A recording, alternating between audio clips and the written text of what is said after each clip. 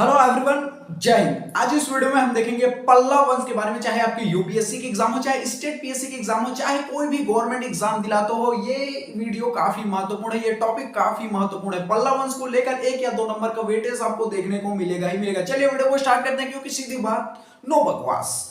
ठीक है, आज देखेंगे पल्लव वंश। ठीक है, इसकी जानकारी देखो, पल्लव वंश की जो जानकारी है हमें कहां कहां से मिलती है कि पल्लव वंश ने शासन कैसे किया, कौन कौन से शासक आए, इनके शासक ने किन के साथ युद्ध किया।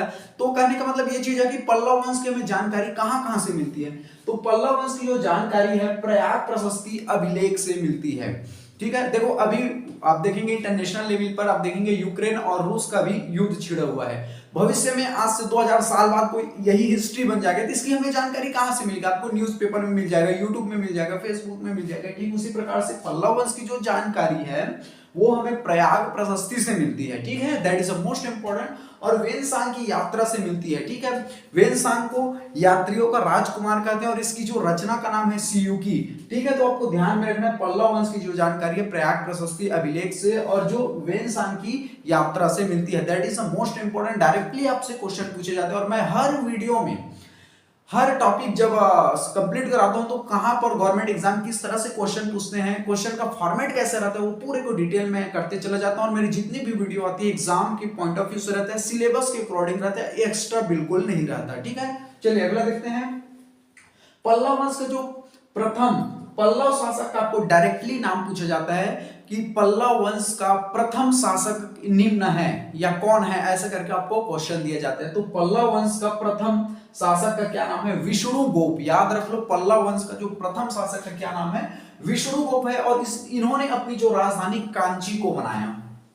ठीक है, देखो हिस्ट्री में कुछ चीजें ऐसी जो पढ़ने में तो बड़ा मजा आता है, इंटरेस्टिंग रहता है, लेकिन कुछ चीजों को आपको याद भी करना पड़ता है, बोरिंग सा भी लगता है, ये मैं मान सकता हूँ आपको। ठीक है, क्योंकि आप हिस्ट्री तो बड़ा अपने आप में एक कहानी है, अपने आप में एक सीख हमें देता है। हिस्ट्री बहुत इंटरेस्टिंग है, लेकिन कुछ चीजों पर आपको याद करना पड़ेगा, जोर देना पड़ेगा। जैसे सन आ गया है, नहीं शासकों के नाम है, कहीं कहीं कोई वंश जो है थोड़ा बोर लग सकता है, उतना इंटरेस्टिंग नहीं रहता, उन्होंने हिस्ट्री में उतना अपना नाम नहीं रखा है। ठीक है, तो ठीक उसी प्रकार से आपको ध्यान में थोड़ा माइंड को जोर रखना पड़ेगा और ध्यान देना पड़ेगा, क्योंकि यूपीएससी का एग्जाम है, स्टेट पीएससी का एग्जाम है, बच्चों का खेल नहीं है, थोड़ा इसमें मेहनत देना आपको पड़ेगा। ठीक है, ये 10वीं 10th 12th तक एग्जाम नहीं है, ग्रेजुएशन के एग्जाम तो बिल्कुल नहीं है जी कि वन नाइट फाइट किया और निकल गया एग्जाम। ठीक है, ये अपने आप में एक हुनरबाज की पहचान कराता है। ठीक है, में कितना दम है खुद आप आकलन कीजिए। ठीक है, और जोर लगाकर मेहनत कीजिए। तो पल्लव वंश का जो प्रथम शासक का क्या नाम है? विष्णुगुप्त। और विष्णुगुप्त ने अपनी राजधानी कहां बनाई? कांची में बनाई। डायरेक्टली आपसे क्वेश्चन कैसे पूछा जाता है कि पल्लव वंश का प्रथम शासक का नाम बताइए? विष्णुगुप्त। कभी कभी आपको वंश के क्रम पूछ दिए जाते हैं। ठीक है, इतना आपको ध्यान में रखना है फॉर्मेट को। अगला देखेंगे, पल्लव वंश का वास्तविक संस्थापक आपसे डायरेक्टली क्वेश्चन पूछे जाते हैं। कोई भी वंश का आप ध्यान रखना, पहला वंश ध्यान रखना और उनका वास्तविक संस्थापक ध्यान रखना कोई भी वंश में, और उसका अंतिम संस्थापक कम से कम 2-3 शासकों का क्रम आपको ध्यान में रख लेना। ऐसे ही क्वेश्चन वंश से पूछे जाते हैं। तो पल्लव वंश का वास्तविक संस्थापक कौन है? विष्णुगुप्त। और इसका और अन्य नाम क्या है? सिंह विष्णु। ध्यान में रख लो। ठीक है, अगर आपको ऑप्शन में दे दिया कि पल्लव वंश का वास्तविक संस्थापक कौन है? सिंह विष्णु, आपने विष्णुगुप्त बस याद कर लिया तो आप फंस जाओगे। इसलिए पल्लव वंश का जो वास्तविक संस्थापक है विष्णुगुप्त है, जिसे सिंह विष्णु भी कहते हैं। ठीक है, और इसके दरबारी कवि का क्या नाम था? Bharvi. That is the most important, बहुत बार इसे पूछा भी जा चुका है। ठीक है, तो ये जो विष्णुगुप्त है, विष्णुगुप्त जिसे सिंह विष्णु भी इसका अन्य नाम है, इसके दरबारी कवि का क्या नाम है? भारवी है। याद रखना, दरबारी कवि का क्या नाम है? भारवी। और ये भारवी की जो रचना का क्या नाम है? किराता जूर्नियम। ठीक है, किराता जूर्नियम। डायरेक्टली इससे क्वेश्चन ऐसे ही पूछे जाते हैं और इसे बहुत बार पूछा भी जा चुका है कि विष्णुगुप्त के दरबारी कवि का क्या नाम है? तो विष्णुगुप्त के दरबारी कवि का क्या नाम है? भारवी है। और इसकी जो रचना का नाम है किराता जूर्नियम। याद रख लो, किराता जूर्नियम है। That is the most important. अगला हम देखेंगे, अगला जो शासक है महेंद्र वर्मन प्रथम। अगला जो शासक का क्या नाम है? महेंद्र वर्मन प्रथम। आपको बोर लग रहा होगा, मैं समझ सकता हूं, कुछ चीजें आपको याद करनी पड़ेगी, आपको थोड़ा मेहनत करना पड़ेगा ही।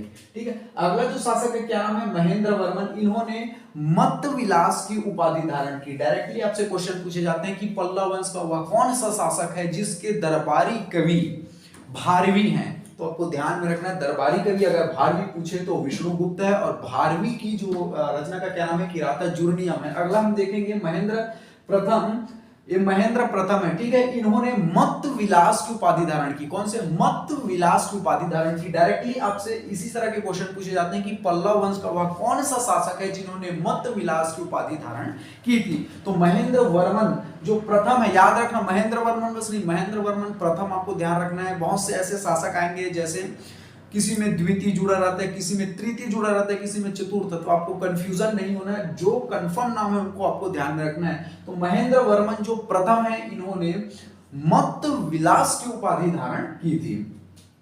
और ये प्रारंभ में पहले महाकाल के भक्त थे, 100 धर्म को अपनाए हुए थे, लेकिन बाद में इन्होंने जैन धर्म को अपनाया। डायरेक्टली आपसे क्वेश्चन पूछे जाता है कि पल्लव वंश का वह कौन सा शासक है जो पहले शैव धर्म को अपनाया फिर बाद में जैन धर्म को अपनाया, ठीक है।